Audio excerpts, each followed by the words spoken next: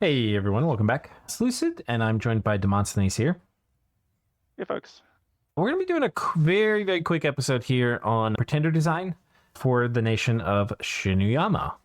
And a quick overview, if you didn't go watch the previous episode on Shinuyama, it's basically a nation with small goblins and then large goblins, or I don't know what these be, orcs or trolls. And kind of, they've got this really cool Bakemono sorcerer. It's kind of the only sacred of note in the nation, which is going to be relevant, of course, for Pretender design, because if you get any bless, that's pretty much going to be pasted on this guy. You have a few sacreds you can summon, but yeah. It's got a nation with like pretty good scales troops, a different scales troop for every occasion, and some pretty interesting mages and pretty good path access. So for the Pretender for Shinuyama, it doesn't need to do that much, to be honest. I mean, I think you kind of want unaging. It's just so good on Dai Bakemono. And then other than that, you have a ton of flexibility, right? You could go full scales, like just take out as many scales as you could. And even with that, you're going to have a lot of points left over. And, you know, because it's hard to go full scales in Dominion 6 since you can only go up to 2. It's not, the only paths you really don't have any access in are Astral and Blood. Everything else you can kind of get. The only other kind of consideration is for getting Dai Tengu. It's kind of tough without having a bit of air and earth. So I would say like the starting point for a build would be like having some air, having some earth, having some astral, having nature, because you're going to need this for unaging, and then having blood. So this is the build that Demosthenes ended up going with. And there's really not a ton extra that you don't really need, except for like water and glamour, because these you can cover just by summoning stuff. But yeah, I mean, these are pretty basic. I think the other things that you want to think about are like, what would the good buffs to put on your troops on your Dai Bakemono be? And like reinvigoration's great. We talked about Phoenix Pyre Thugs, but also it makes mages better. So it's really great if they're just kind of being a utility mage in battle. If you're doing thugging, having shock resistance is great because this is one of the sources of armor negating damage. And then a bit of poison resistance is good too, because poison damage is also armor negating damage. And there's a bunch of things that only do like 5 poison damage that it's nice to have some resistance against. And magic resistance also is another source of armor negating damage in a way. You get soul slayed, right? So these are basically all things that just kind of help make the Dai Bakemono a bit better. But honestly, you don't really need any of these, right? You can just twice born them and you don't even need unaging. And Dai Bakemono are really good without a bless. So pretty much all of this is optional. You don't really have to do any of it. The thing is, you usually do want good scales to produce a lot of troops because you're a scales troop nation. And you might want to think about covering these paths. If you get those paths, you're going to have some points to play around with. And then it's like, okay, well, maybe let's spend them. Because again, you kind of want air, you kind of want earth. Astral and blood are the things you don't have, so might as well get those on your Pretender. And then nature you kind of need in order to do, if you're going to do unaging. But again, you have a ton of flexibility here. You don't need to get any of those. Those aren't requirements. I would say the other thing you really want to think about when you're doing your Pretender is what globals are you trying to control? So, you know, it's worth thinking about. You have access to potentially a lot of different globals. You know, you could be doing any of the classic kind of like Eternal Pyre. You could do Earthblood Deepwell. You could try to control Mother Oak. You could have some more aggressive kind of spells you put up, or, I mean, also in line with the enchantment rush would be like Riches from Beneath is kind of nice on this nation to get even more troop production out and a bit more money. Yeah, there's, you know, I mean, there's obviously a lot of globals in the game. We could go through each of them. You know, you could try to control Gale Gate or something. So it's worth thinking about what kind of globals you would want to kind of control with your Pretender. But yeah, for scales, I think kind of the scales you want, you need productivity to kind of help you out of the gate. You do have a lot of, like, these guys, if we look at them, they're pretty low resource points and low recruitment points. So you can really spam a lot of them without even great scales. So it's like you sort of don't need them. But when you look at the Dai Bakemono, they're definitely more resource heavy than recruitment point heavy. So, you know, you wouldn't mind having a bit of order. You know, like if we had the money, I would like to go up to order 1. But we just have to take a little bit off the bless. Like maybe you don't need poison resistance. You know, we chop that, we get rid of some of the water maybe.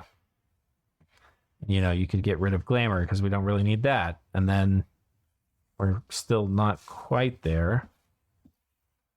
You know, maybe you do that.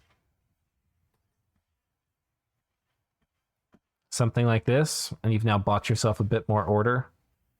Right, and we have a free bless point we can figure out what we want to do with.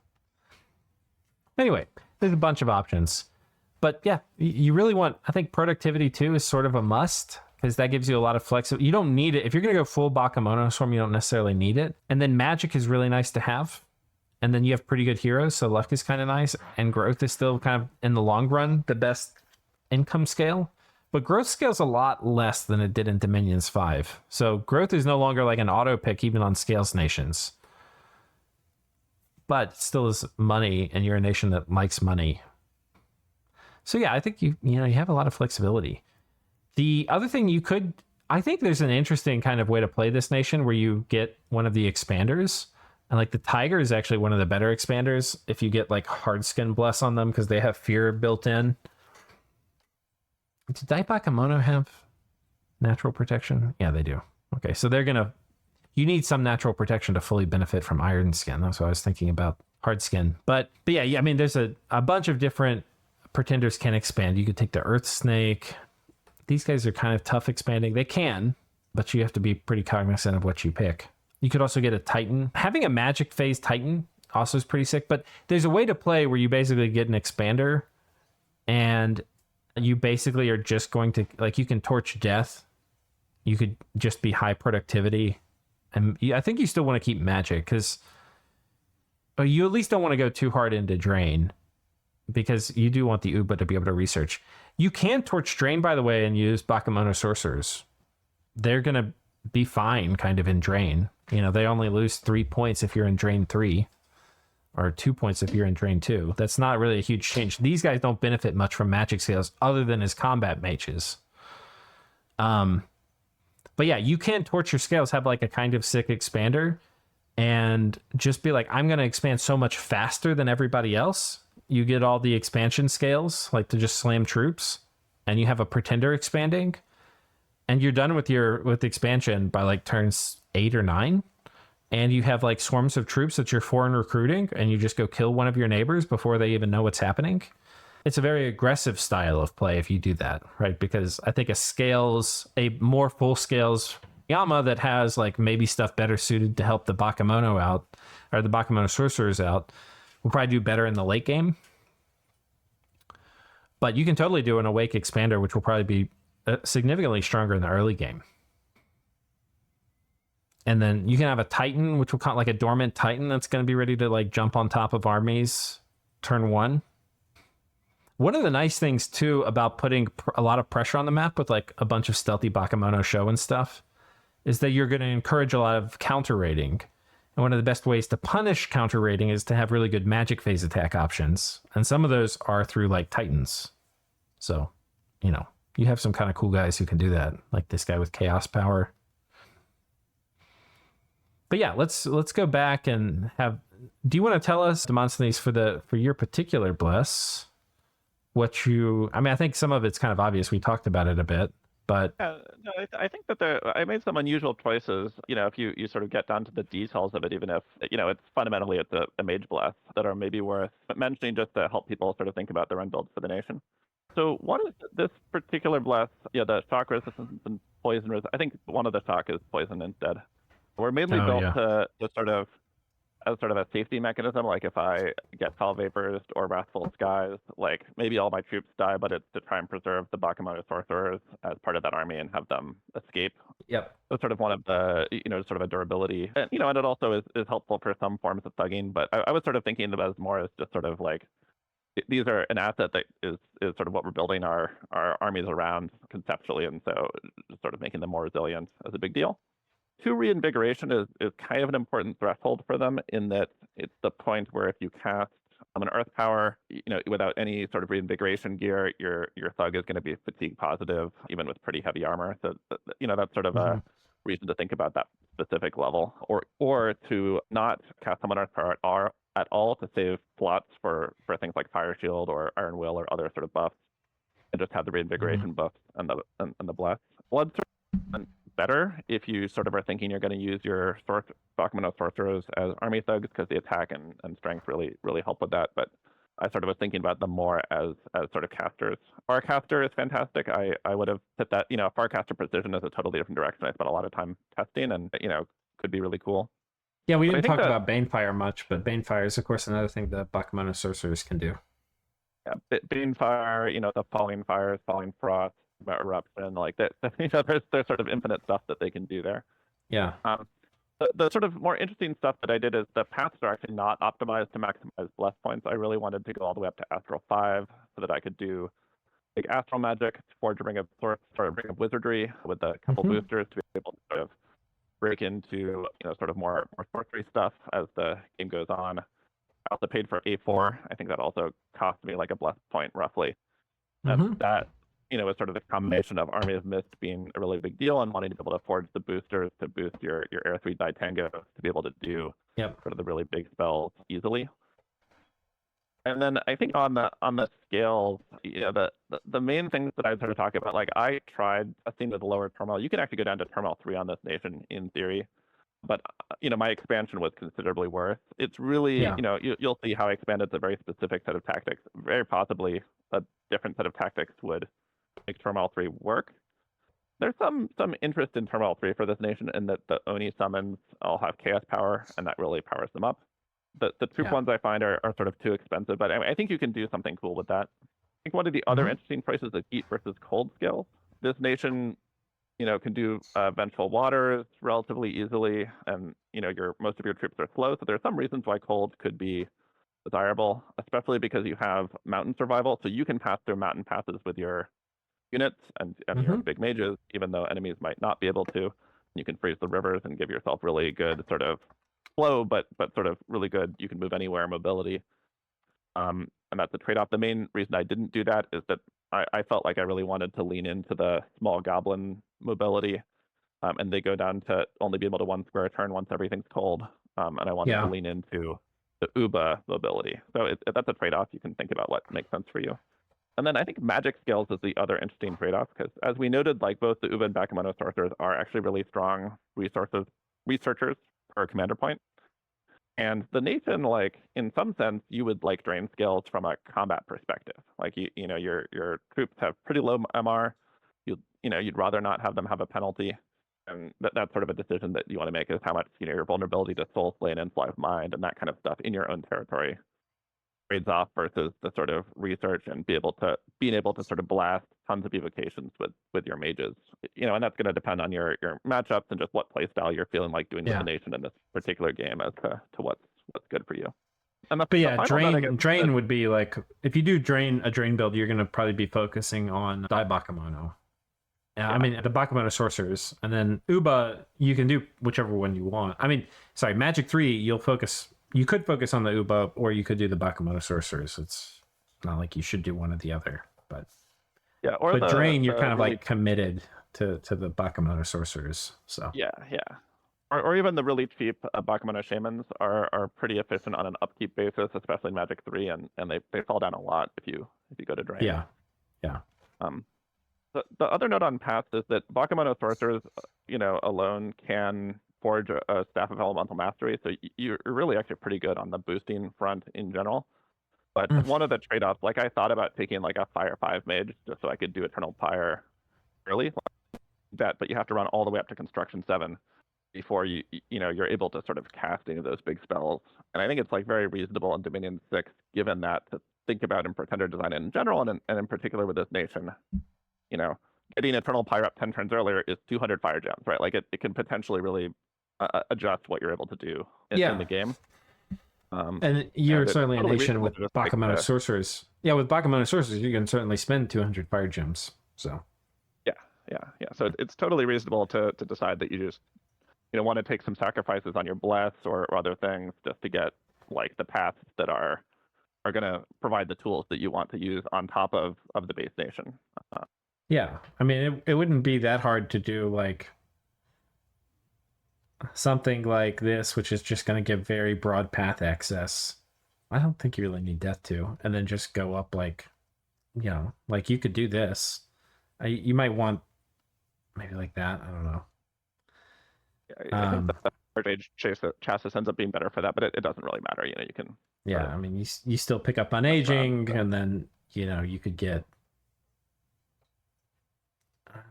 Fire Shield built in might be interesting because you probably don't often spin slots on it. But yeah, anyway, you could just pump up whatever you wanted. I mean, that's one of the interesting things about the Dominion 6 Bless system is getting 6 in fire doesn't mean you need to spend it in fire. You could still have just a tremendous, like you'd be stacking shock resistance to the gills or something. So you can still do this and pretty much have whatever you want. Um, and that's definitely like a trade-off. Like if you look at the build you took, you didn't take any fire and you took Astral 5. So that's going to open up astral stuff in the deep late game. But if you were like trying to win by turn 40 or by turn 50, this would like Fire 6 would probably be better. So Yeah, like the high astral is really good. You're going to be able to do anti magic and sort of be able to field your pretender, maybe to do the army wide twist fate or whatever, and feel pretty safe from magic duel. But yeah. you could also just try to win before the tools that exploit the moderate MR of Dai Bakemono become a thing you need to worry about. Just Yeah. I mean, even focus this guy, he could do on your own golems or power. something, and do anti Yeah, magic. for It's not sure. like that's blocked out. But yeah. But the only thing is like Eternal Pyre is often contested. So, maybe you don't want to put all your eggs in that basket. Maybe you want to go after some global that's not normally contested. So, lots of options. Yeah, I think so. We've talked about all the scales. We didn't really look at the luck heroes. Did you ever think about tanking death? Yeah, I think that's like a thing where I would think about sort of the game size and sort of just what your thesis of how you're going to play the game is. Like for this Yeah. particular game, my thought was I was going to lean into what I want to do is make 6 Bakemono sorcerers a turn, in the sort of like late mid game or whatever, and Hmm. see what cool stuff I can do with that. And for there, sort of the growth scale is sort of supporting having the money to do that. Yeah. But again, I think like it is a nation where you can really apply a lot of rating pressure. You can apply a lot of like medium stack that is very hard to kill cheaply pressure, where sort of they need to bring a real army to fight it, and you can Hmm. have a bunch of armies at the same time. Yep. I think Dominion is maybe the other thing we didn't talk about. I think I also effectively paid a scale for 5 candles, maybe not quite exactly, but Yeah. you can go pretty low on Dominion in some sense with this nation. Like you don't need it to recruit sacreds or whatever. Yeah. And I think that I had Asphodel in this game and Nidavangar, which are both nations that tend to make a lot of temples. And my sort of theory was I was going to pay for some candles as sort of defense against that, and plan to build just a bunch of indie priests, Yeah. in order to be able to sort of manage Dominion. But in some games that's just not important at all, and you'd rather have the scales, or maybe your plan for the scales is you're just going to build a bunch of unported temples and be able to defend them, Yep. with all the extra money that you got from taking higher scales. So it's really quite flexible. Yeah. Okay.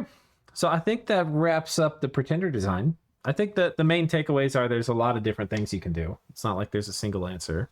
And most of the things you can kind of do with the native paths in terms of the summons. It's really only air earth, I think, and maybe like sort of this nature air. I think you can even get this on some of the easier summons. But yeah, I think you have just a huge amount of flexibility in terms of the builds you want to do. And you can play the nation with a lot of different tempos. You can be like full on goblin horde early with the wake expander, or you can be more like, hey, we'll get like a bless focused around Bakemono sorcerers, right? Try to lean in more into the late game with better scales. Or you can like roll out with like cool titans that you think are going to be a lot more fun to play with. So I think there's a lot of different ways to do it. Anything you want to say kind of as we close this out here? Yeah, I think that's it. I think you'll be able to see as you watch the series a bunch of sort of unusual tactics and how our my vision of the tactics. And I guess I should mention that this is a game that I'm sort of hydrating with Darkside Cookies, who has a YouTube channel as well.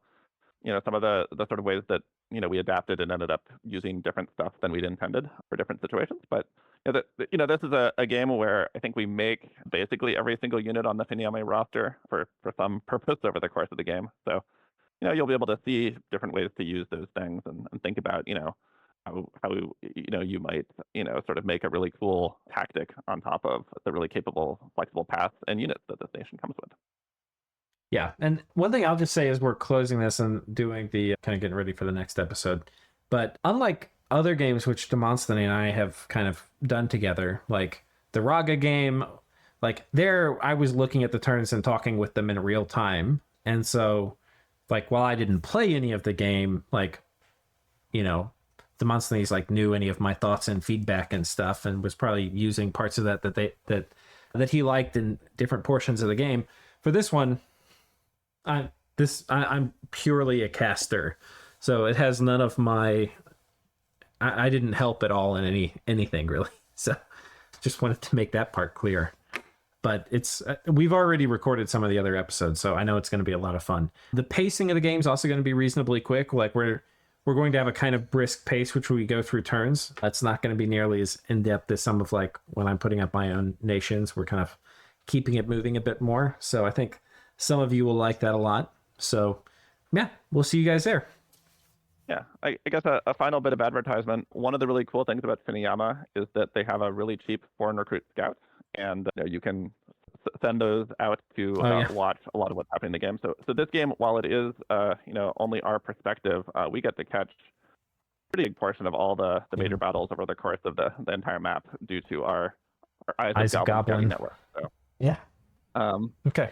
So and I think that's actually the reason in part why I picked this nation for my first new player games is, I wanted to lean into making a bunch of scouts and seeing how other people play and sort of learning from that and not only from my own battles.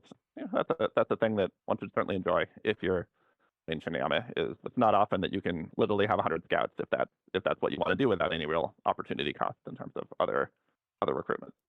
Yeah. Okay. Cool. We'll see you guys there. Cheers.